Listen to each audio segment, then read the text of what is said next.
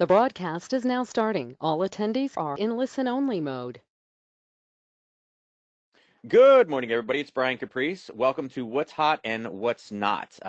We are in our weekly segment of really kind of breaking down the markets and figuring out, kind of where is price, what's happening, what to look forward to this week. And for those of you that are joining again, I really appreciate you guys coming back.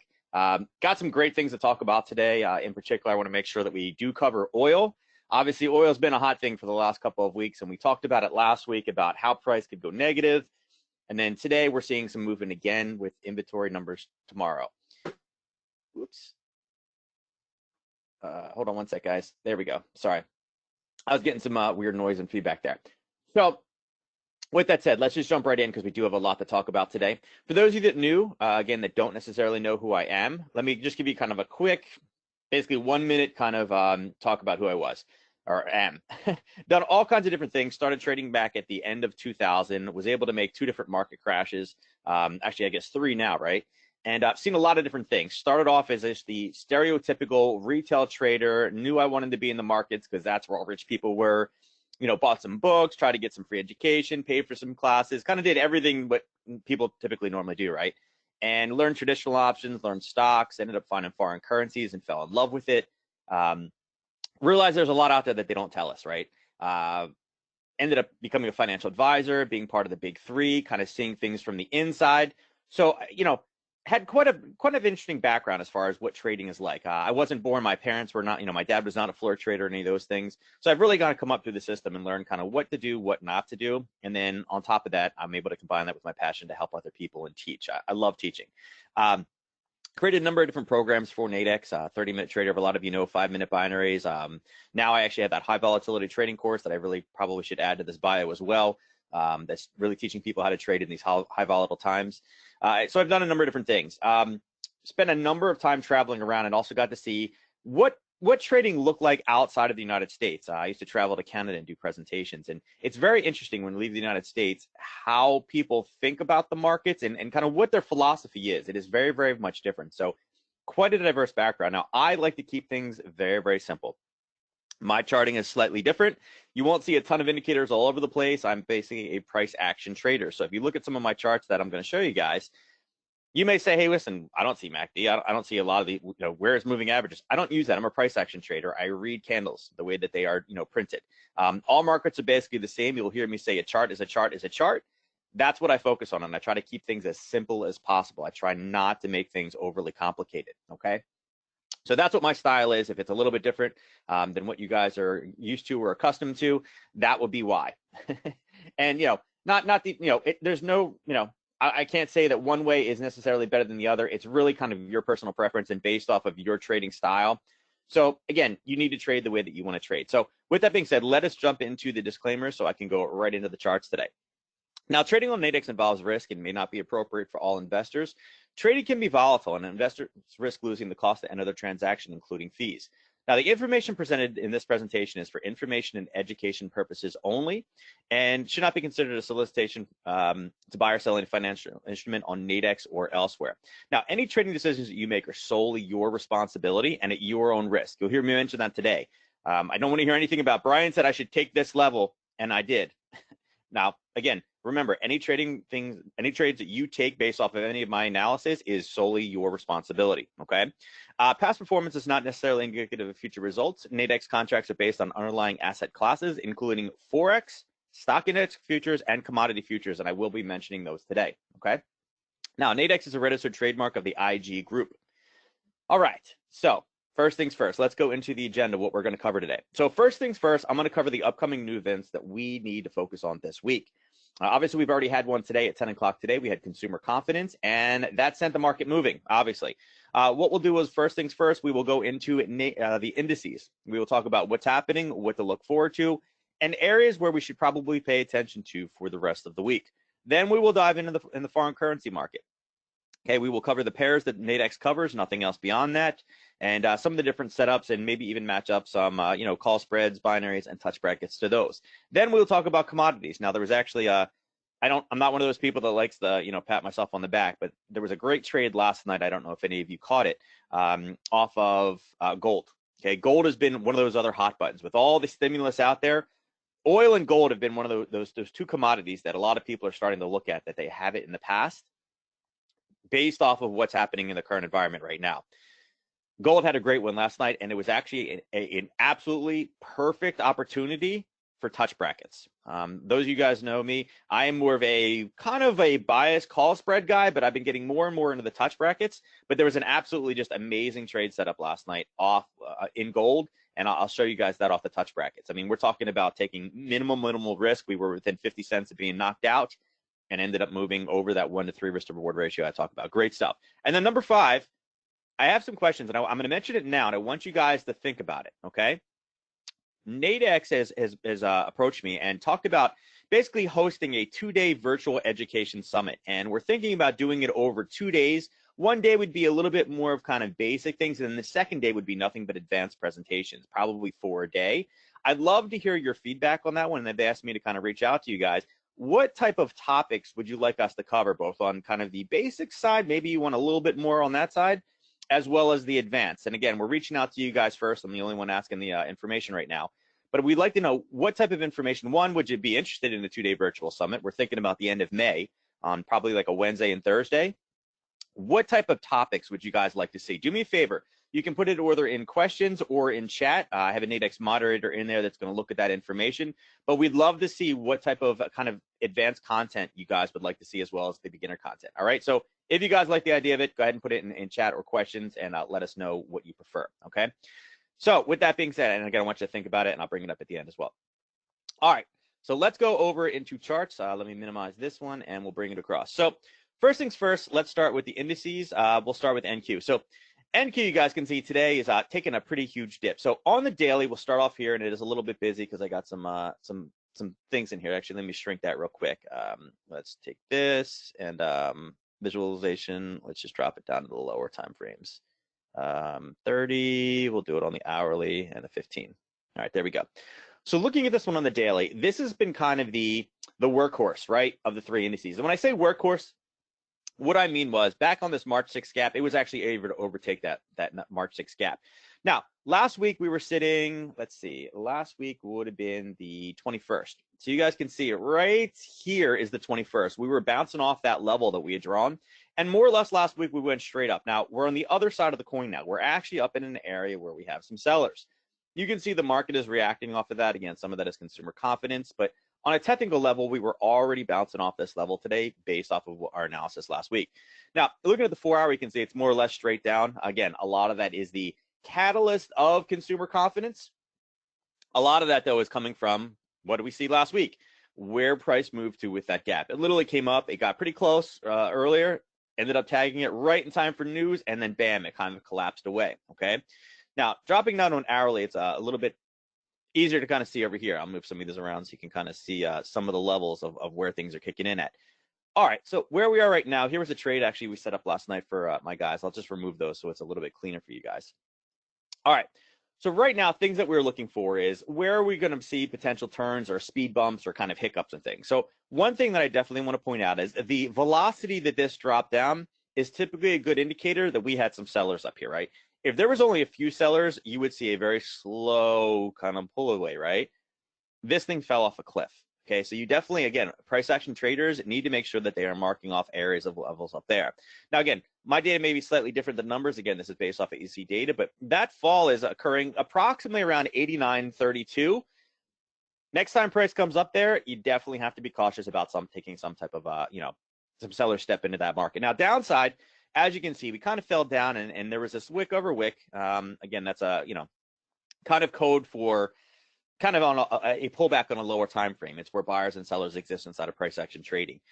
It's particular, wick over wick. There's only a few people I've ever heard actually use it, but it's something that I use inside of my trading.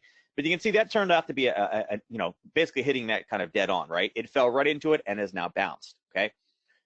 Based off the time of day, we are talking, we're basically at noon, right? A lot of traders and, they are out to lunch at this point. It looks like things will probably stabilize today unless we hear some, news from Trump or, any of the other bigwigs later on today.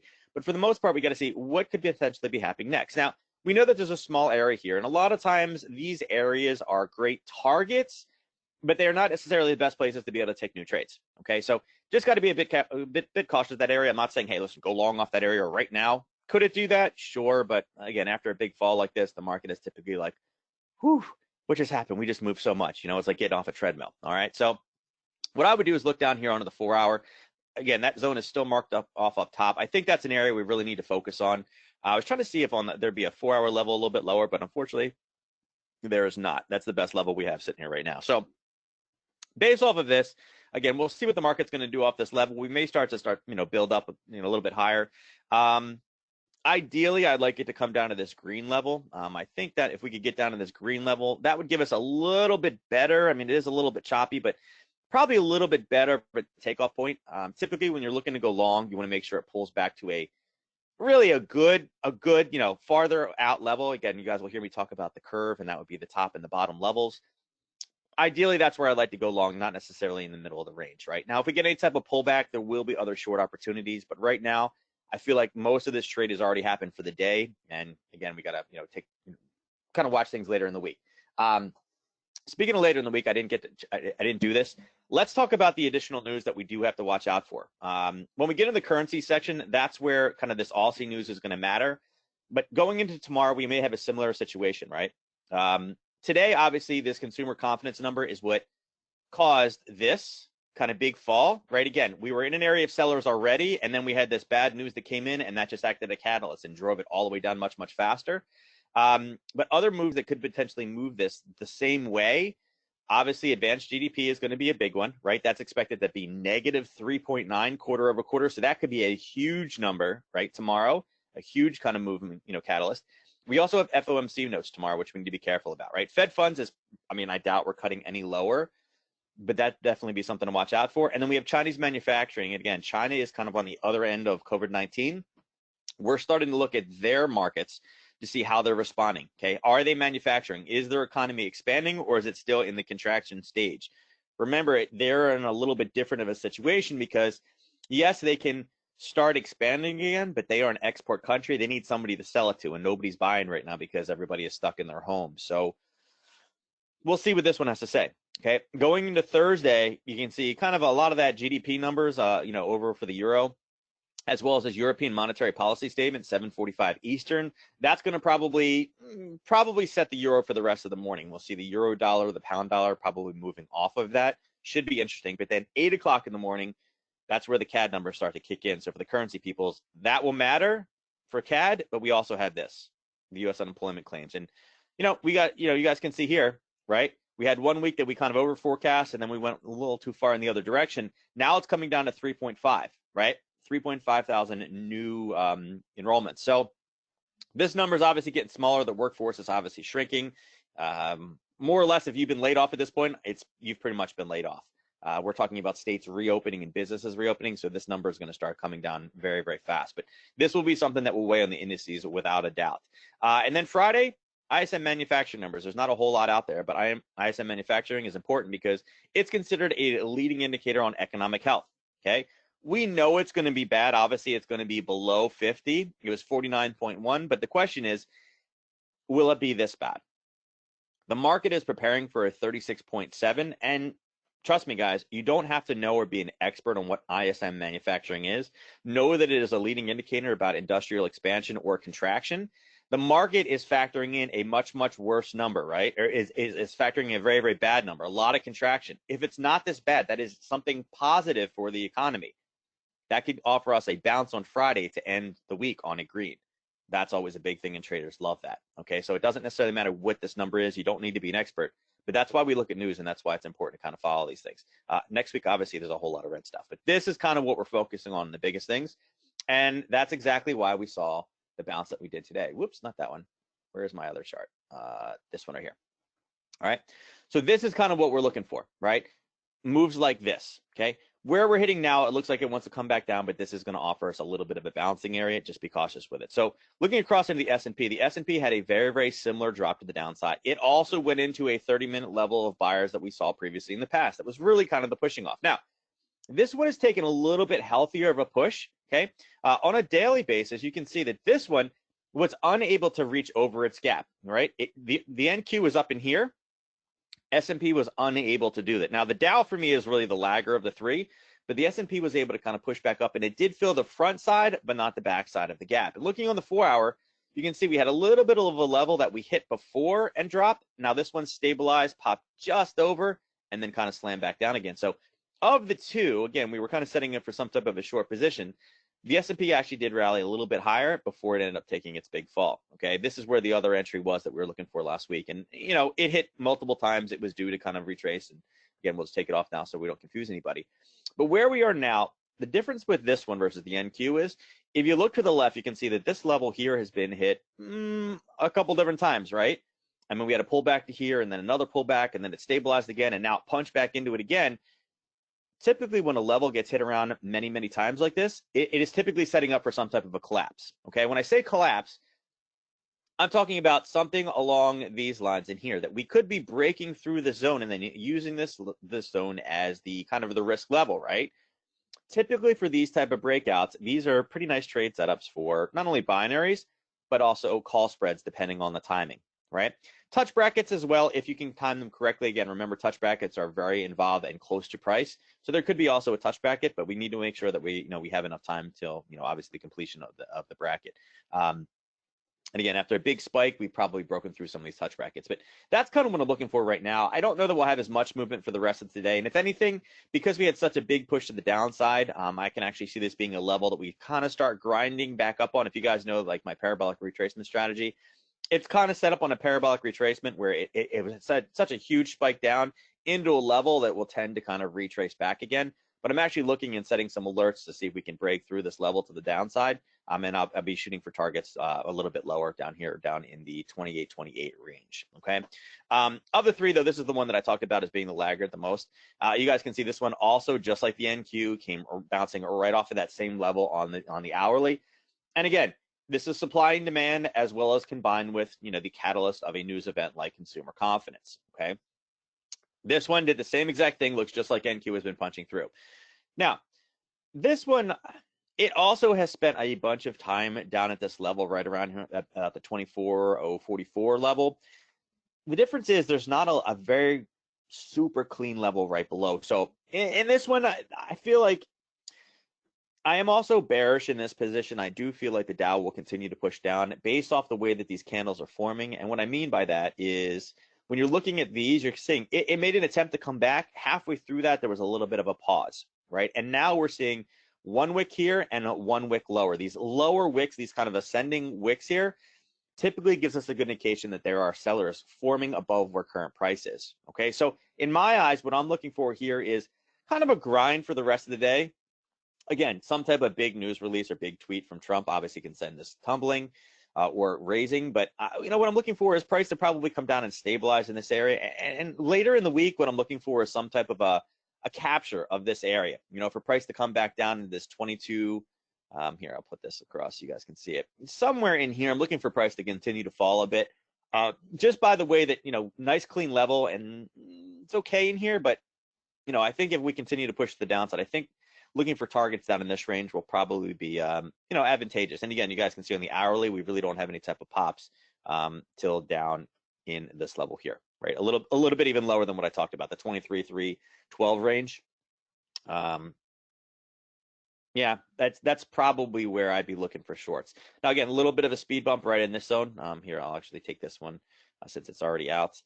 You can see a little bit of an issue in that range, but for the most part, I would say that I have to stay bearish this one. I mean, this is too strong of a movement. And again, we have an impulse move, a correction move, and then the impulse is really starting to push through. So, you could do the same thing. You guys mentioned that Harry Potter trade breaking through. Well, yeah, there could be another breakthrough of this level, sitting right here around the 23,983 area, particularly with some crazy numbers tomorrow. All right.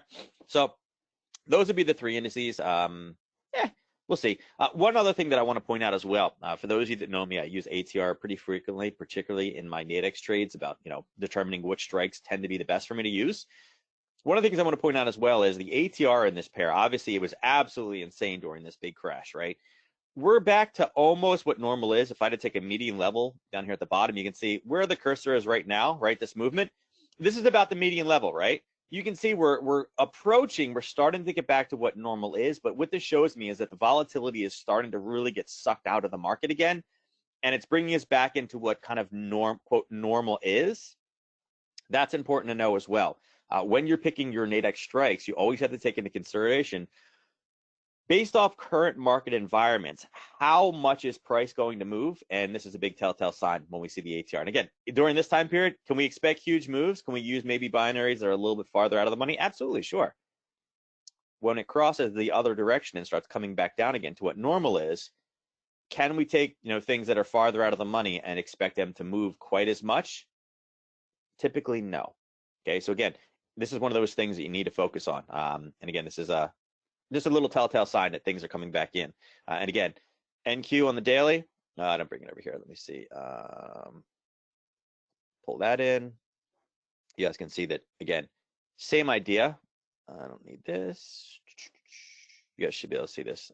Here, we'll make the line a bit bigger. Whoops. Right there.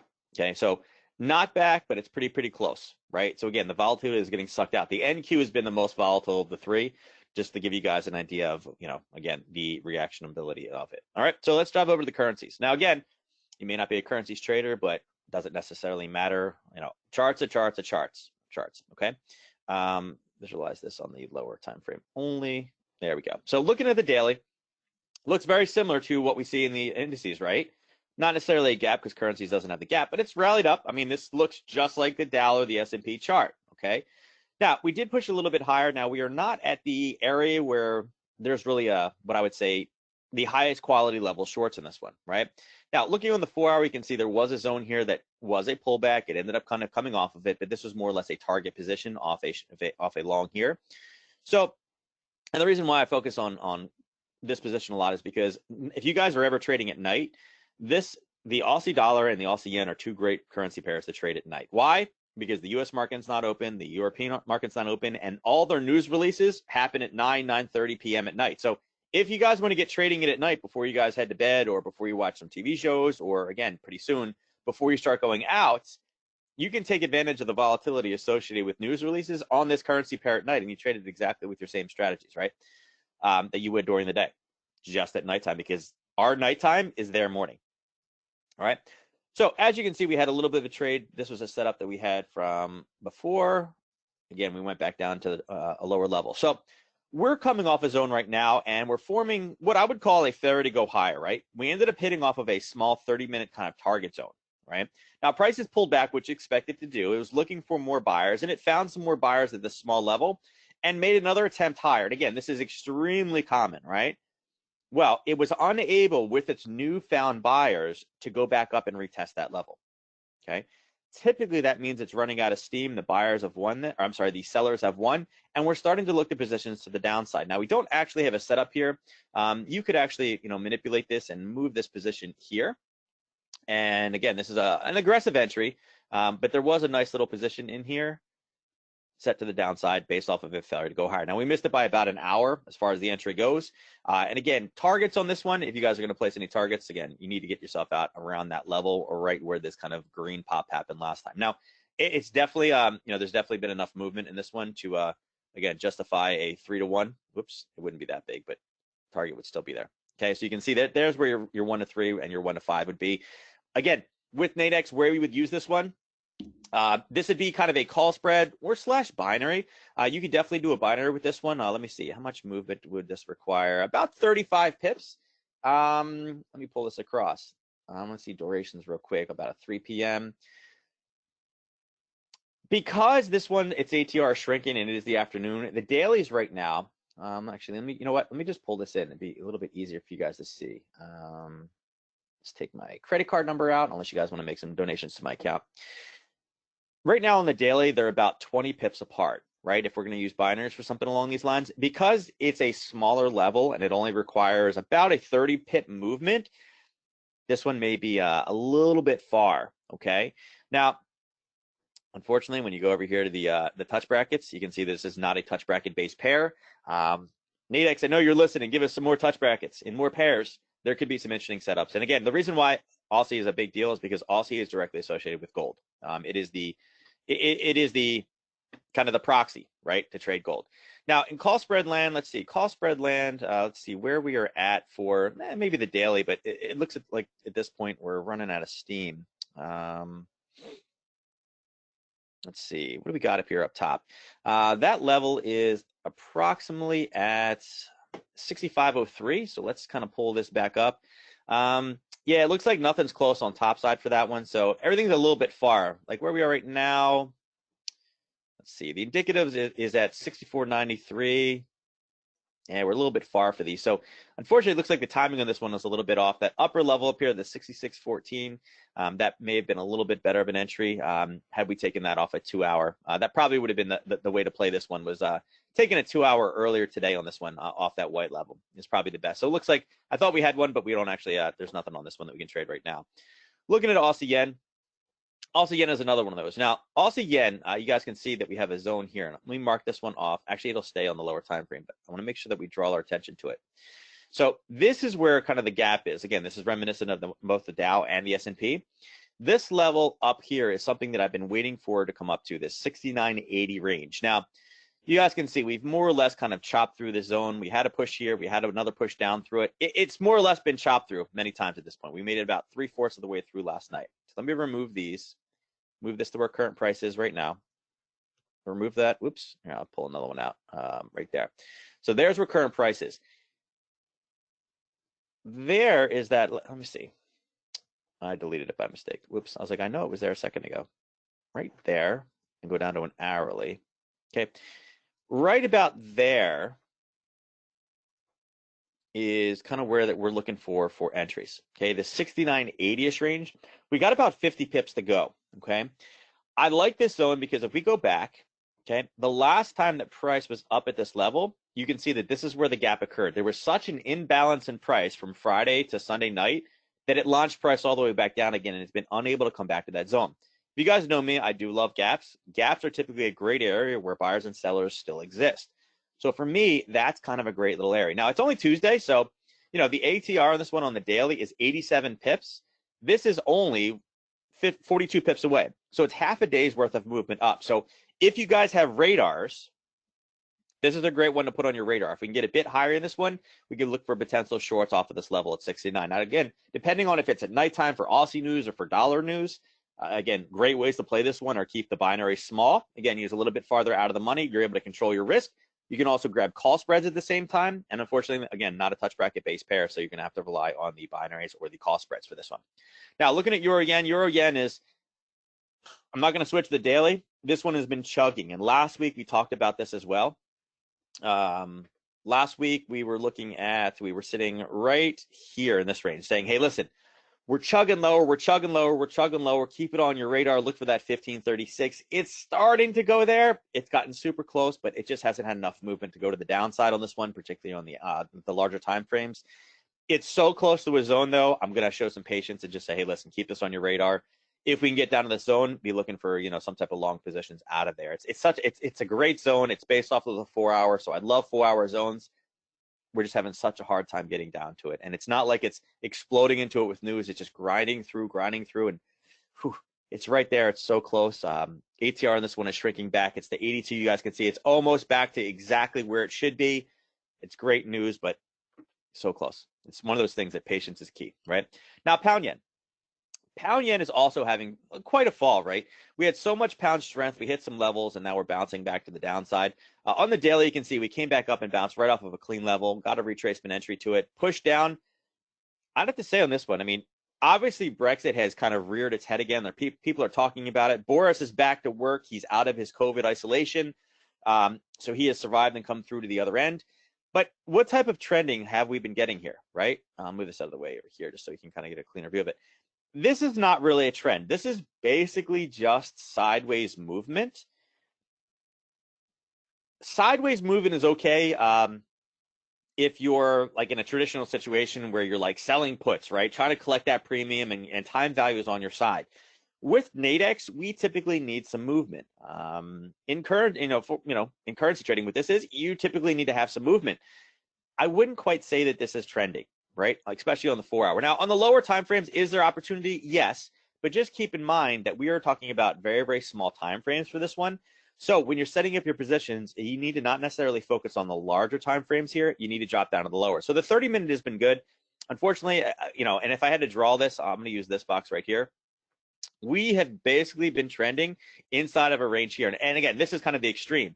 This is more or less what we've been hitting top and bottom, right? We've come back up, down, up, top, bottom, bottom, top, bottom, bottom, bottom, top, top, coming back in the bottom. So this has been a range that has been, pretty strong, right? It's definitely channeling. It's definitely sideways. So for me, again, showing some patience in this level, waiting for price to come down on this one before I look into any long positions, down to this 132.50 area. That's about 20, 25 pips from where we are right now. Ideally, you'd like to have that be around the London Open or be somewhere in that range, but depending on where price goes, that may give us an opportunity to get in later today. This is not a touch bracket based pair, but again, the pound dollar is. So again, they will trade in similar patterns. So this will be something we have to take in a binary. Now, could you trade a binary a little bit farther over here? Sure, you absolutely could. Could you get something in maybe like a weekly position? Sure, you could. With the way that how often binaries kind of roll through, there is a potential binary trade sitting here, but we got to see what time price comes down and hits this level. Time is extremely important in this pair. Now, pound dollar, a little bit different, okay? Pound dollar, we have our tops and bottoms area marked off for the most part. And you can see new levels have actually printed on top of that. This 125.80 and 121.83 on this lower side, okay? Now, why is this one better in my eyes? Well, here's why, okay? We can go down here and there is touch bracket based pairs. Now, top side is 25.80, okay? There are, the back side of this one, there is a 26 or 26.17. Let's see, what is the upper side of that one? Let's put this over here. We're talking about 26.34-ish. And you guys will see why I'm doing this in a second, right? So we're talking about there is bottom side, okay? All right. So here's the advantage of touch brackets, okay? Touch brackets have a bit more duration on them, and they also are more in touch with where current price is. Now, based off of where I'm seeing top and bottom, and like I said, I am not predicting that this is going up or this is going down, but what I'm saying is if price comes up, I'm willing to look for shorts. If price comes down, I'm willing to go for longs, right? I'm not sure. I don't have a crystal ball. I don't know exactly the direction, but if it comes up to here, I've seen price turn around, and I'm, again, trying to go with what I've seen in the past. 25.80, again, is where the start of this is. This 25.17 will get knocked out. This 25.67 will get knocked out. This 26.17 will not be knocked out, and that will actually put us in about that same range, because you can see 26.43 is actually the top side. This 26.76 will also not be knocked out. So right now, TB6 and TB5 are both potential trade setups or potential touch brackets you could use for a short in that level. Now, TB1 will obviously be knocked out. TB8 will obviously be knocked out for price to get up that high. So we'll have to see what their reprinted touch brackets look like. Maybe there's one that will look a little bit better in that zone, but so far these two are not necessarily that bad. To be able to lower your risk, have a stop loss already implemented on that top side knockout, and give us some type of potential to the downside for at least a 1 to 3 risk to reward ratio touch bracket trade. So top side, TB6, TB5, and maybe one of these two reprints. Now downside, let's look at the other side of this equation, right? We're looking at 21.83. Right now, none of these are close. Everything on the way down will be stopped out. 21.83. Yeah, this will be knocked out soon. This will be knocked out. This will be knocked out. Yeah. So basically, we're looking for 4 reprints to the downside. So if price comes up, we have 2 things we can look at. If price comes down into this 21.83 region, all these touch brackets will be reprinted on the way down with price currently at, let's see, price is currently at 24.26. You can see that this one is actually really, really close right now. We're sitting there with what, nine more pips to the downside, and TB6 is technically gone. Okay, and then again, another one will reprint, and we could start looking for bottom side targets as well. So that's where touch brackets are pretty fun if you guys are not looking at them. And again, wish we had them for more currency pairs, but right now we have these 4. So hopefully the Nadex gods will grace us with more of these in the near future. But that's a pretty nice setup. I do actually like the top and bottom. I like the levels that this was formed off of. They're 4-hour levels, which are some of my favorite levels to trade off of. I think those will be good. Now, euro pound, Europe is another one that's kind of flatlining, right? You can see this is a 4-hour chart again. This level that we've been sitting at, I'll drop down to a lower time frame so you guys can get a better view. I'm a little bit crazy here. Let's clear some of those off right now. So we have this level sitting up here at approximately 87.50, and it's a range that we talked about. This has really been sucked in. I think hourly is a little bit better one, probably. So this is what I'm looking at, price action wise. Price spent a lot of time in this area. You know, we've hit it, but we've been able to break lower. Okay, to the top side, right? To the top side, we have this white zone, and this white zone is technically, it's considered a wick over wick. Price has tested it once, tested it again, and then launched itself off. Now, was there another level here? Yes. Okay, yes, there was. There was another level sitting right here that there was a trade setup, and you can see the price came into it and dropped away. Okay, was there another one here? Yeah, but not as good. This one didn't really kind of explode off of it the way we like to see. So really kind of the same idea. If price continues to rise, there are potential shorts in this one as well, but this would definitely have to be inside of the same type of binary slash call spread type realm. I do like this for a short. It does have a little bit more to go, but this one for me in my eyes, I tend to like this one to be traded inside of the European session because it is two European-based pairs. The Euro session, if you're a West Coaster or you live out of the country, maybe in Europe or anywhere else, it's a little bit easier. As an East Coaster, this one is a little bit harder to trade because, again, it's basically 3 o'clock in the morning. It's early, right? If you're West Coaster, it's at midnight. You can trade this one.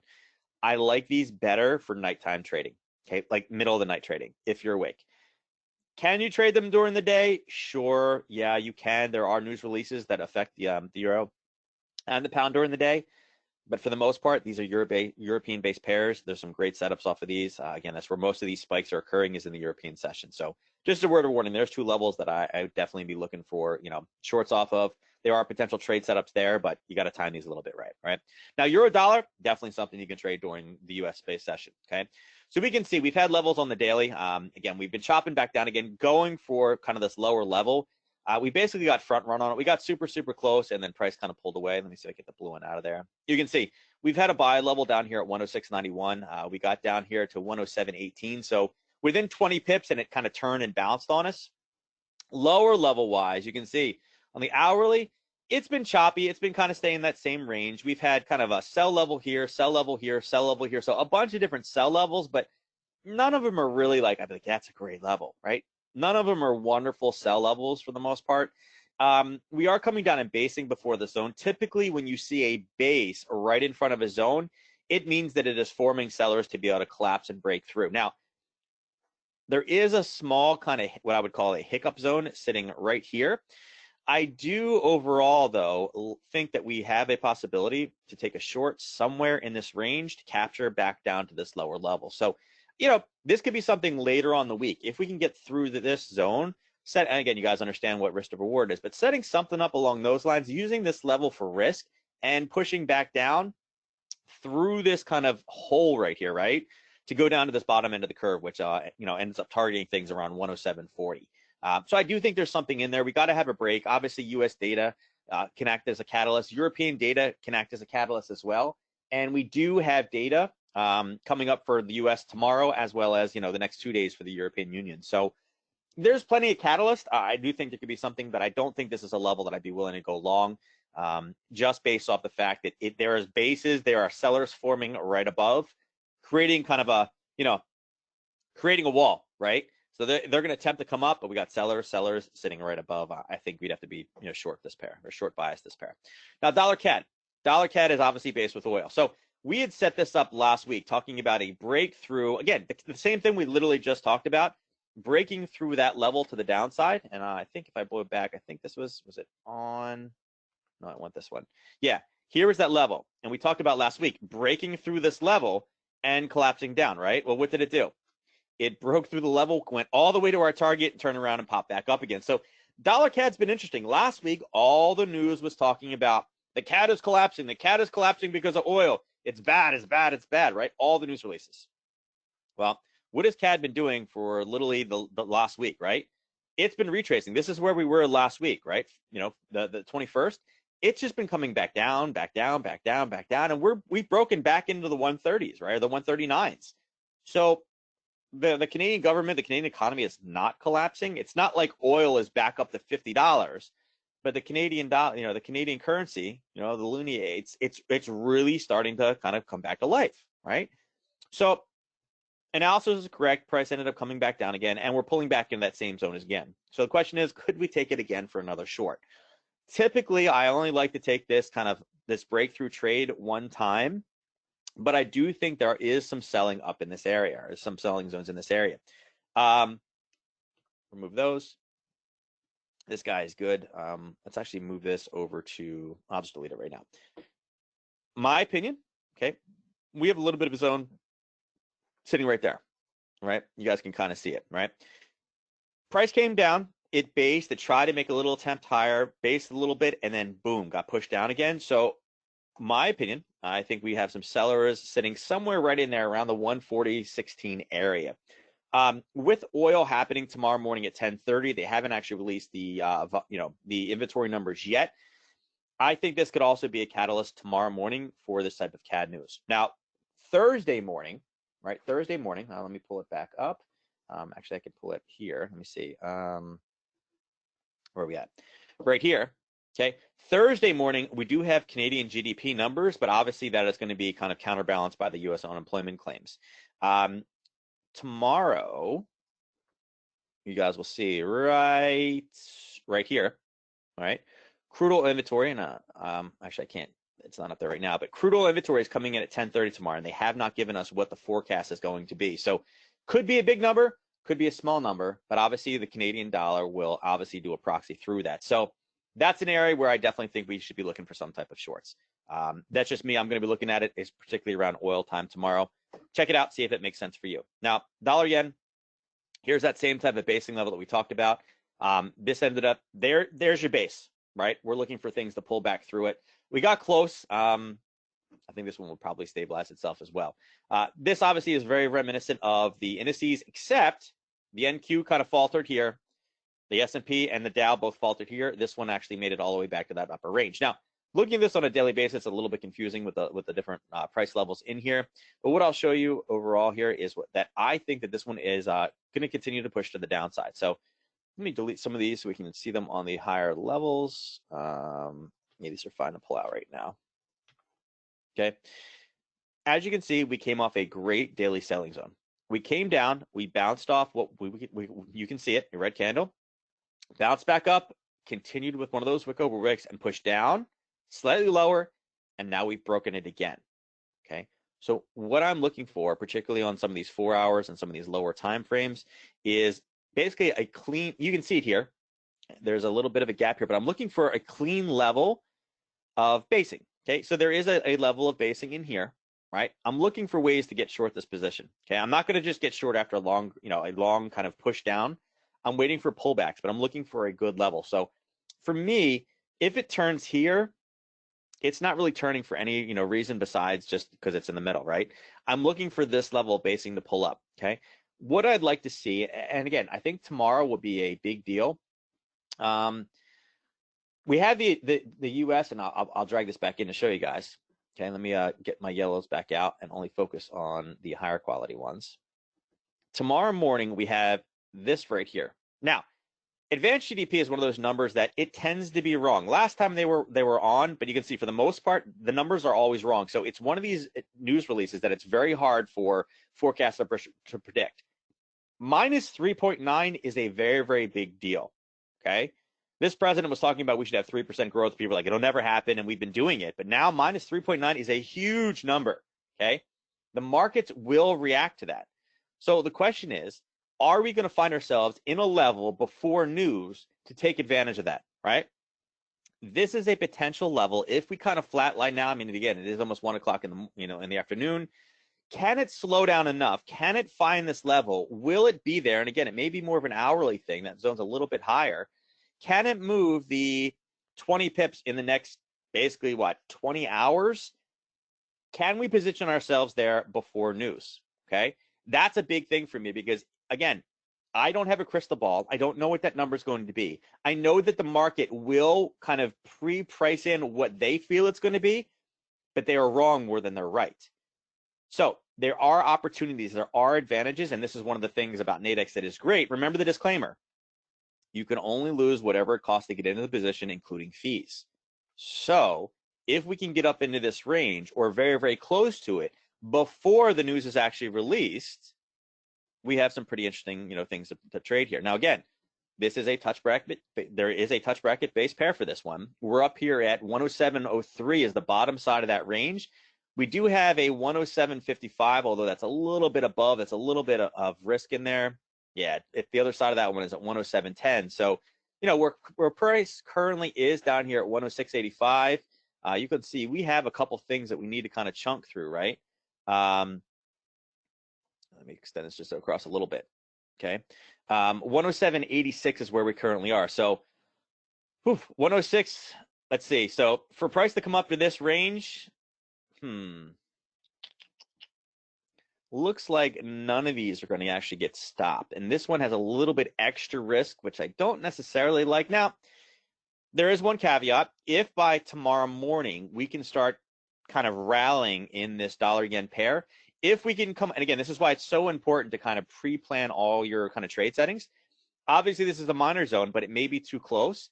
This zone up here comes in at 107.52 to 107.62, right?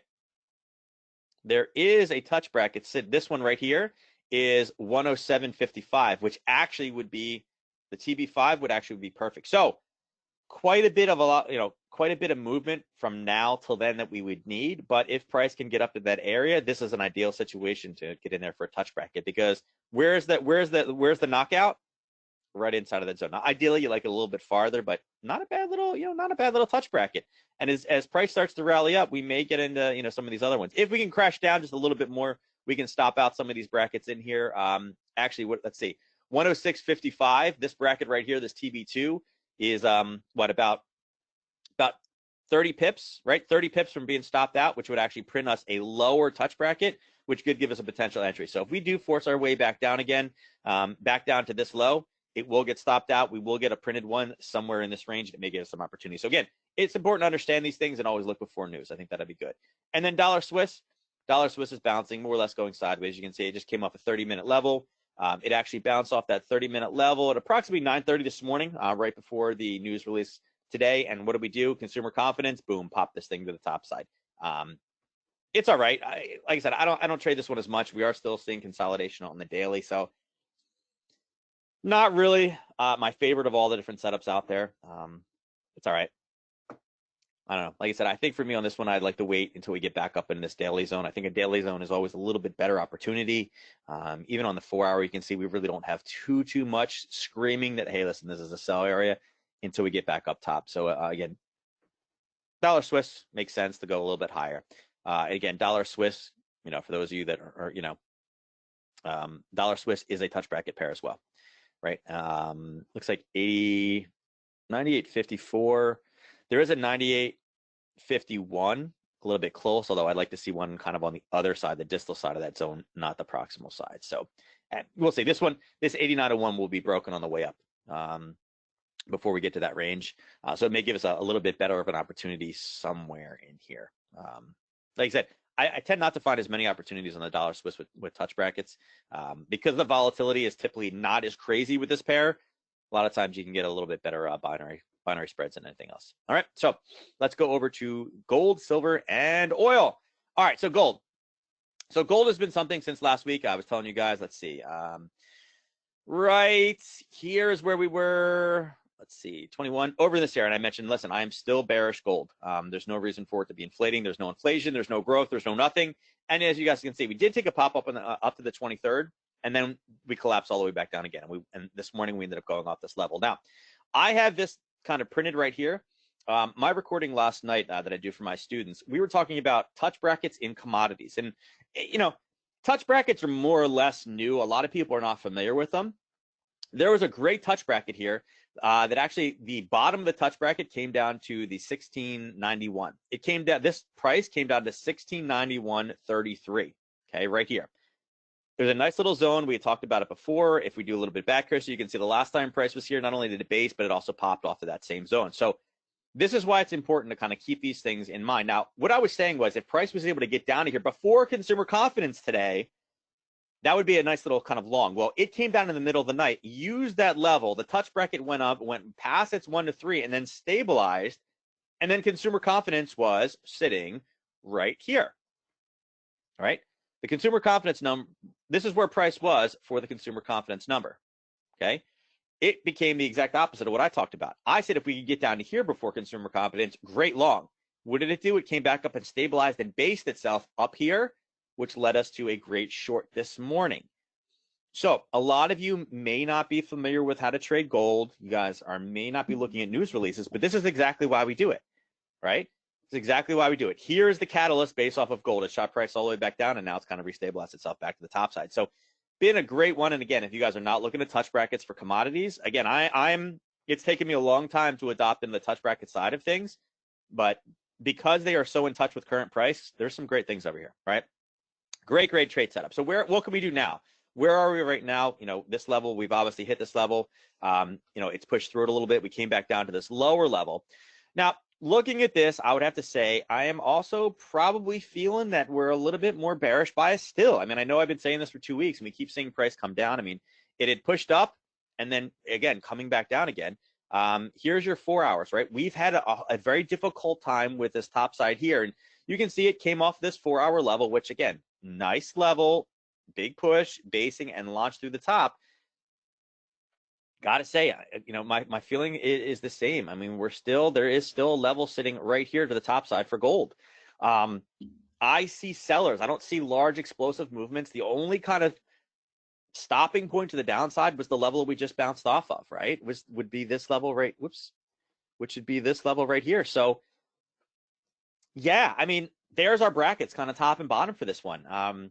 Maybe when the unemployment number comes in, and maybe if it's good, that will give us a bounce on Thursday. But overall, as I mentioned, gold for me, whenever we've had a bounce forward, that's been the pair that I've been playing longs with, right? Silver has been the one I've been more kind of negative on because it's been lagging behind gold. But there's been some pretty nice opportunities. You guys can see there's the 4 hour zone, right? That's exactly what we dinged off of. If I do the overlay, you guys can see that's what we're heading off of, is right there. So not too bad of a level, right? Right now, I have to say for the rest of the day too as well. I mean, gold, we've run out of steam a little bit early. You can see that on lower time frames, it has put kind of selling areas in. But again, selling level, there's a lot of selling levels above. Ideally though, again, from now till the rest of the week, if price can get back up into, I kind of want it to get back up into the 1730 range. While these are all levels on the smaller time frames, obviously a higher time frame level will typically be a better buying or selling area. So I'm looking for, I kind of hope by Thursday we can rally back up again off of this zone and get back up here. I'd like to get short if we can get back up top again. It's got to chunk through a bunch of levels on the top side, but we got to get there. All right. Silver, we literally been going sideways, stuck inside of the same range. On the daily, you guys can see this was unable to get back up like gold did. It's obviously the weaker of the two. Here's what I had on the 30-minute we had, or on the hourly 30-minute right here. You can see we've been bouncing off some levels top and bottom, and this one is doing pretty well. The way to play this one is to look for large extended bodied candles. You can see that here was a push down. The next time it came up to it, it went down again. Big push, we came up again. Big push, we got front run. Here we kind of came back again. Launch up, hit again, boom. Last time where it took off again. This one has been pretty telltale about where it's going to go based off its moves, particularly to the downside. You guys can see every time it comes up again, it just retraces. And again, this is a pretty standard pattern. So I think this one would also be important to watch on Thursday morning. I can't do much analysis on it right now because we need to focus on later in the week. All right, so oil will be the last one. Oil, I'm actually going to pull in. I'm going to use one of our kind of trading, like a better word, trading partners, right? IG owns DailyFX. But crude oil would be easiest to look for over here. I'm actually going to pull this up. This actually comes out of TradingView. The ECN data that I'm charting with is really not necessarily accurate. So I want to kind of pull this up. And last week we marked off some levels here on the hourly, right? We went down to hourly levels, and what we said was we had seen buyers sitting right here, right? We'd see, or I'm sorry, some sellers. And I said last week, hey, listen, whoops, right there. what did we do? We pushed up to that level. We went right above, right below, right above, right above, right below, and then we ended Friday. Okay, so it was a level we talked about seeing sellers last week. That's what we saw last time. Well, this week, all we've done is basically sold off that area. Vice versa, we can say, hey, listen, we've seen buyers in this level. Whoops. We've seen buyers sitting down on this level. Why? What happened? Price came down. What did it do? It tried to come out, needed more buyers. Came up, needed more buyers, and then boom, price exploded. So on the hourly, we are literally bouncing back and forth between these two zones. Now, the crude oil numbers tomorrow are going to matter. And the question is, how do we play this? Okay, we do have kind of a top side. We do kind of have a bottom side on the hourly of where we see price. Now, most of this movement happened last week. All this volume occurred last week with people saying, oh my God, it's negative. And then wait a second, how the heck did it jump? Again, this is the contract difference between the May contract and the June contract. And now the June contract is also under pressure. I asked one of my students who, again, I love getting feedback from people. I would consider him my oil expert. He was in oil for like 35 years. I said, is 10 going to be the new 20? Because remember, before, 20 was like a big deal. We just couldn't get past this 20 range. And I asked him, is 10 going to be the new 20? He said, maybe, right? Seeing price action there, we've seen price stabilize. We've seen it kind of come down and touch $10 is sitting right here below. We do have some sellers above, though, and that's why I was asking him, is 10 going to be the new 20? And the question is, how do we play this tomorrow morning? Okay, now let me pull it back. And like I said, whoops, not that one. I need this one up, and I need this one up, okay? So we can see price is currently right there. Now, commodities, there's a couple different things. Now, I'm going to start off with the touch brackets because, again, it's one of the things that we are gifted that we do have touch brackets over here inside of oil. Now, that range is between $10 and $11. So it's kind of a bigger range. You need to make sure we can cut our risk down to the low side. So currently, right now, depending on where oil is for tomorrow morning, if it's already left that zone, the longs don't necessarily make a lot of sense. But if we're able to pull back into an area where we've seen buyers, those are the times that you look for limited risk entries. Looking at the bottom side, the floor of these touch brackets, we have one at 1050, and that would put us right in the middle of that zone. Again, that's a potential touch bracket for tomorrow. There's also a 950, and that 950, depending on where we are on the low side, that could potentially be something. Another thing, and again, then there's an 850. I think the 850 is a little bit far to the downside. We got to watch out for those. Looking at this and the other thing, say we can start rallying up today, because remember, do you want to sell something when the price is high, or do you want to sell something when the price is low? You want to sell when price is high. So if we can catch a rally and price is up here at maybe the 14 level, which is about $1.50 from where we are, I don't know in the next 24 hours if we can get all the way back up to 16. That would be a heck of a rally. But if we can get to one of these areas of basing, there may actually be a short trade tomorrow if the oil inventory report comes in and the surplus is still higher. Now, I want to give you guys my opinion on this real quick, okay? States are starting to reopen. Reopening states mean people will start leaving their homes. People will start driving again. So I do think we will start chunking through some of that surplus, but I think we're still probably a week or 2 weeks out, okay? That's why I'm saying that I'm not 100% you need to go long.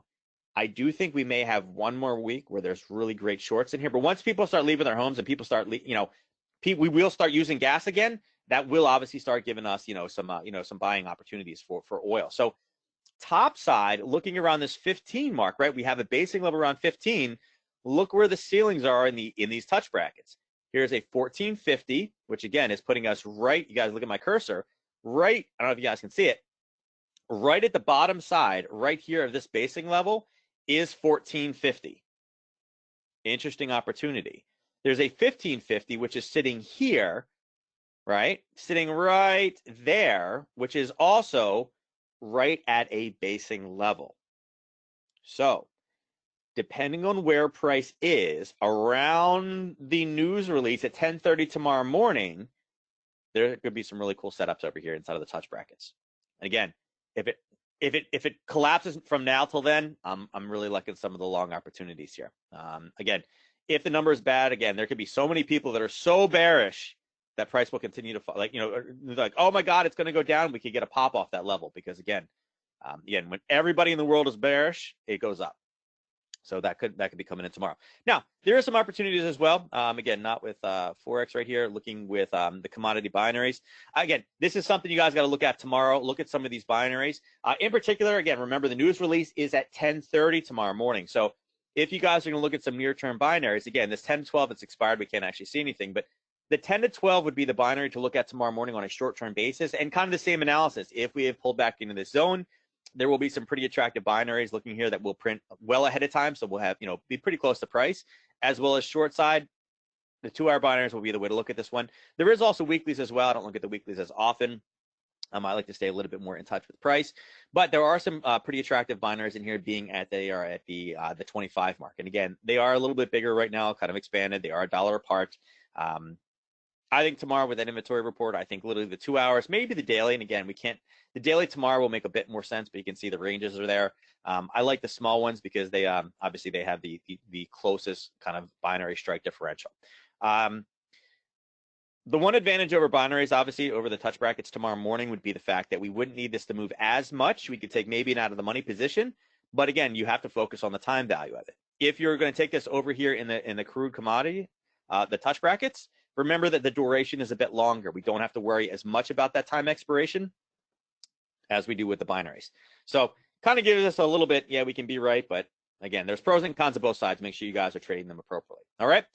So with that being said, guys, that is the last one. Oil is going to be very interesting. And like I said, I'm not trying to sell you guys on using touch brackets, but the number of opportunities that we've seen recently in them has been pretty remarkable. So I just want to make sure that I'm sharing what I'm seeing in my charts. And again, you may not be comfortable with them yet. Try them over in demo mode if you're not familiar with them, particularly with releases like oil and gold. Some great opportunity. Like I said, at the end of the day, you have to be comfortable with whatever you are trading. Don't trade it because Brian said so. Okay.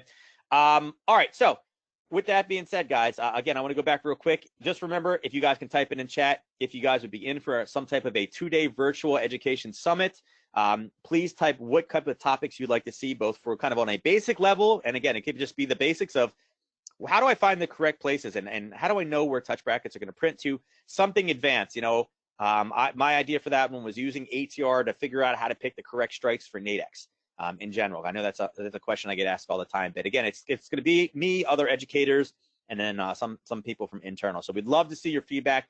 Love to give you guys what you want. We all are very passionate about helping you become better traders at Nadex, and that all starts with education. So thank you guys for joining me today. Mark your calendars off. Next week, May 5th, 12 p.m. Eastern Standard Time. We will be back on for what's hot and what's not. And again, if you guys want to contact me, go ahead and screenshot this on. I did get a few emails last week with some additional questions. Go ahead and shoot me an email over there with that information. So you guys have a great trading week, and I will see you guys next week. Take care.